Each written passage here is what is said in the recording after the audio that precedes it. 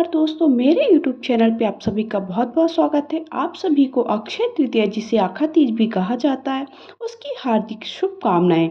अक्षय तृतीया के पर्व को आखा तीज अलग अलग नामों से जाना जाता है। इस दिन परशुराम जयंती के रूप में भी मनाई जाती है। यह पर्व हिंदू और जैन दोनों ही धर्म के भक्तों के लिए विशेष है। धार्मिक मान्यताओं के अनुसार अक्षय तृतीया को त्रेता युग और सतयुग का आरंभ माना जाता है, इसलिए इसे त्रेता युगादि भी कहा जाता है। तो आपको सबसे सरल तरीका कैसे आप घर पर आसानी से पूजन कर सकते हैं, वो मैं इस वीडियो में बताने वाली हूँ। जानकारी पसंद आए तो वीडियो को लाइक शेयर करें। चैनल पे पहली बार आए तो चैनल को सब्सक्राइब करके बेल आइकन को जरूर दबाइएगा। ये पूजा अधिकतर सभी के आंगन पे की जाती है। तो आंगन पर भी आप जहाँ पर भी पूजा कर रहे हैं वहाँ पर आप चाहे तो गोबर से या पीली जो मिट्टी होती है जिसे गेरू भी कहते हैं उससे, नहीं है तो आप हल्दी से इस तरह से लीप सकते हैं। लीपने के बाद इस तरह से आपको कोई भी एक आकृति दे देना है, या फिर आप यहाँ पर स्वास्तिक वगैरह या कोई रंगोली भी बना सकते हैं। उसके ऊपर ही आपको ये पूजन करना है। अक्षय का अर्थ होता है जिसका कभी क्षय ना हो, फिर जिसका कभी नाश ना हो। स्थिति को अबूझ मूर्त माना जाता है, यानी स्थिति पर किसी भी शुभ कार्य और मांगलिक कार्य को करने के लिए कोई भी विचार करने की आवश्यकता नहीं है। इस पर किए जाने वाले दान पुण्य पूजा पाठ जप तप शुभ कर्म जो भी आप करते हैं उससे आपको अक्षय फल की प्राप्ति होती है। इस दिन सोने के गहने खरीदने, माँ लक्ष्मी की पूजा करने का विशेष महत्व है। इस वर्ष अक्षय तृतीया का पावन त्योहार 10 मई को मनाया जाएगा। सबसे पहले आपको जहाँ पर भी आपने स्वास्तिक बनाया उसके ऊपर एक चौकी रख ली, उस पर पीला कपड़ा बिछा ली, उसके ऊपर मैंने एक लाल कपड़ा बिछा करके, देखिए सभी जगह की धार्मिक मान्यताएं अलग होती है, सभी की पूजा करने का तरीका अलग होता है। अगर आपके यहाँ पूजा करने का तरीका अलग है तो आप उस अपने रीति रिवाज के हिसाब से भी पूजन कर सकते हैं।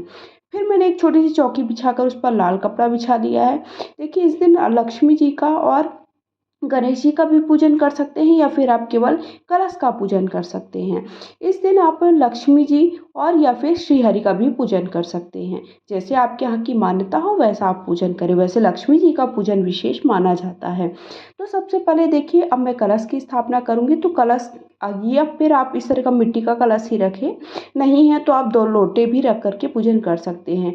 तो आप इस तरह से मिट्टी का बड़ा सा घड़ा कई लोग लाते हैं, आज के दिन घड़ा लाया जाता है और उसी घड़े का पानी प्रत्येक दिन यूज में लाया जाता है। तो आपके यहाँ जैसी मान्यता हो, या फिर आप छोटा सा इस तरह से कलश भी मिट्टी का ला सकते हैं। तो सबसे पहले मैंने एक छोटे से जो दिया होता है उस पर मैंने थोड़ा सा अक्षत रखा, उसके ऊपर मैंने ये कलश स्थापित किया। कलश की मौली पर, कंठ पर मैंने मौली लपेट करके उस पर थोड़ा सा चना दाल जो होती है वो बहुत ही शुभ होती है, वो जरूर डालना चाहिए। उसके ऊपर कोई भी ठंडक देने वाली ऋतु फल रखे जाते हैं, इसलिए मैंने खरबूजे का विशेष महत्व होता है तो खरबूजा रख लीजिए। उसके बाद मैंने श्री हरि की एक फ़ोटो रख ली। आपके पास लक्ष्मी जी और श्री हरि की साथ की फ़ोटो है वो रख सकते हैं, मेरे पास नहीं थी इसलिए मैंने श्री हरि के अलग से और लक्ष्मी गणेश अलग से रख लिए हैं।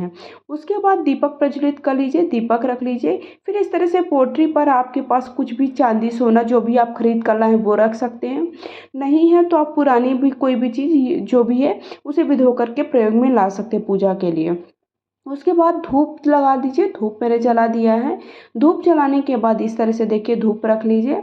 और अब हम पूजा के लिए सभी देवी देवताओं को आह्वान करेंगे, सभी देवी देवताओं को पूजा के लिए बुलाएंगे। उसके बाद पूजन प्रारंभ कर सबसे पहले सभी को शुद्ध जल के छींटे दे देंगे, फिर हम सिंदूर लगा देंगे, हल्दी लगा देंगे। इस तरह से जो सभी देवी देवता जो भी आपने भगवान बैठाए सभी को अच्छे से हम हल्दी कुमकुम लगा देंगे। तो इस तरह से मैं देखिए सभी भगवानों को हल्दी कुमकुम लगा दिया है। अक्षय तृतीया के दिन आप घर परिवार में सभी लोग बैठ कर के, कोई ऐसा विशेष नहीं होता कि आपको इस शुभ मुहूर्त में ही पूजन करना, घर के सारे सदस्य बैठ कर के कब जब भी आप नहा धोकर स्नान वगैरह से निवृत्त हो जाएं तो ये पूजन अवश्य करें। उसके बाद जो भी आपके पास फूल है फूल चढ़ा दीजिए। अक्षत समर्पित करने के बाद अगर गणेश जी को हो सके तो दुर्वा के साथ लाल पुष्प गुड़हल का मिल जाता है तो वो अवश्य चढ़ाइए। सभी देवी देवताओं को जो भी आपने बिठाए हैं सभी का पूजन कर दीजिए, पुष्प चढ़ा दीजिए। आपके पास अगर चुनरी है तो श्री हरि को पीली चुनरी चढ़ा सकते हैं, पीले वस्त्र समर्पित कर सकते हैं, नहीं है तो वस्त्र रूपी आप वस्त्र का भाव लेते हुए सभी भगवानों को कलावा चढ़ा सकते हैं। ये तृतीया तिथि की शुरुआत 10 मई को सुबह 4:17 पर होगी। वहीं तृतीया तिथि का समापन 11 मई को दोपहर को 2:50 पर होगी। तो उदया तिथि के अनुसार 10 मई को अक्षय तृतीया का पर्व मनाया जाएगा। माँ लक्ष्मी, भगवान जी, गणेश जी और विष्णु भगवान के पूजन के लिए शुभ मुहूर्त सुबह 5:48 से लेकर के दोपहर 12:23 के बीच में आप कभी पूजन कर सकते हैं। उसके बाद श्री हरि को चंदन अति प्रिय है, तो आप उन्हें चंदन अवश्य लगाएं। आप चाहें तो चंदन से उनका स्नान वगैरह भी करा सकते हो। उसके बाद आज के दिन हरे जो फल होते हैं, जो जैसे कि खीरा है, ककड़ी है, आम है और जो भी ठंडक देने वाले फल होते हैं, वो फल जो ऋतु फल होते हैं वो अवश्य चढ़ाइए। खीरा, ककड़ी और आम का विशेष रहता है, तो ये ज़रूर चढ़ाइए, इनका दान अवश्य करिए। उसके बाद मैंने सूखे जो मेवे होते हैं उनका भी चढ़ाया, लेकिन मैंने एक कटोरी में अलग से चढ़ा दिया है, क्योंकि जो आपको गणेश जी को भोग समर्पित करना है, गणेश जी के भोग में तुलसी दल नहीं समर्पित करनी है, लेकिन जो बाकी श्री हरि को भोग समर्पित करना है उसमें तुलसी दल समर्पित करना है, इसलिए मैंने उन्हें अलग से भोग लगाया है। आपको चने की दाल अवश्य समर्पित करनी। उसके बाद गुड़ चढ़ा दीजिए, जो कि ठंडक देने वाला होता है। मैंने धनिया चढ़ाया है, खड़ा धनिया, आप चाहे तो धनिया पत्ते भी चढ़ा सकते हैं, क्योंकि ये माता लक्ष्मी को प्रसन्न करने के लिए। फिर एक ग्लास में मैंने जल रख दिया है उन्हें पीने के लिए, उस पर भी मैंने तुलसी दल डाल दी है। उसके बाद जो भी आपके पास श्रृंगार की सामग्री है, 5 से 7 माता लक्ष्मी का अवश्य समर्पित करें। और यथासंभव दक्षिणा, जो कि पूजा में हुई गलतियों के लिए यथासंभव दक्षिणा अवश्य समर्पित करें। थोड़ा सा हाथ में पुष्प ले लीजिए, अक्षत ले लीजिए, कथा सुनिए। इसके साथ ही आपको पूजन आपका संपन्न माना जाएगा। उसके बाद आपको आरती कर लेनी। इस दिन परशुराम जयंती भी मनाई जाती है, तो वो भी आप, अगर आप उनका भी पूजन करना चाहते हैं तो उनकी भी फोटो रख करके यहाँ पर भी पूजन कर सकते हो। उसके बाद आप आरती कर लीजिए। आप श्री हरि की, माता लक्ष्मी की आरती कर लें और गणेश जी की आरती कर लें। धार्मिक मान्यता के अनुसार अक्षय तृतीया की तिथि पर ही गंगा का पृथ्वी में आगमन हुआ था।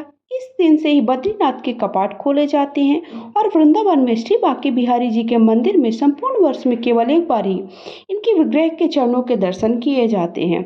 अक्षय तृतीया तिथि से ही उड़ीसा के प्रसिद्ध पुरी रथ यात्रा के लिए रथों का निर्माण कार्य भी शुरू हो जाता है, इसलिए ये दिन बहुत ही खास होता है। अगर आप कोई भी नया कार्य शुरू करना चाहते, कोई भी वाहन खरीदना चाहते, कोई भी शुभ कार्य करना चाहते हैं, तो अक्षय तृतीया विशेष और बहुत ही फल देने वाला दिन है। इस दिन आपको कुछ भी सोचने समझने की आवश्यकता नहीं है, आप कोई भी शुभ कार्य करें। इस दिन गेहूँ, सत्तू, ककड़ी, चने की दाल आदि नैवेद्य के रूप में जाओ, इन सभी चीज़ों का दान करना शुभ माना जाता है। ब्राह्मणों को भोजन कराएं, दान दक्षिणा करें। जय हो माता लक्ष्मी की।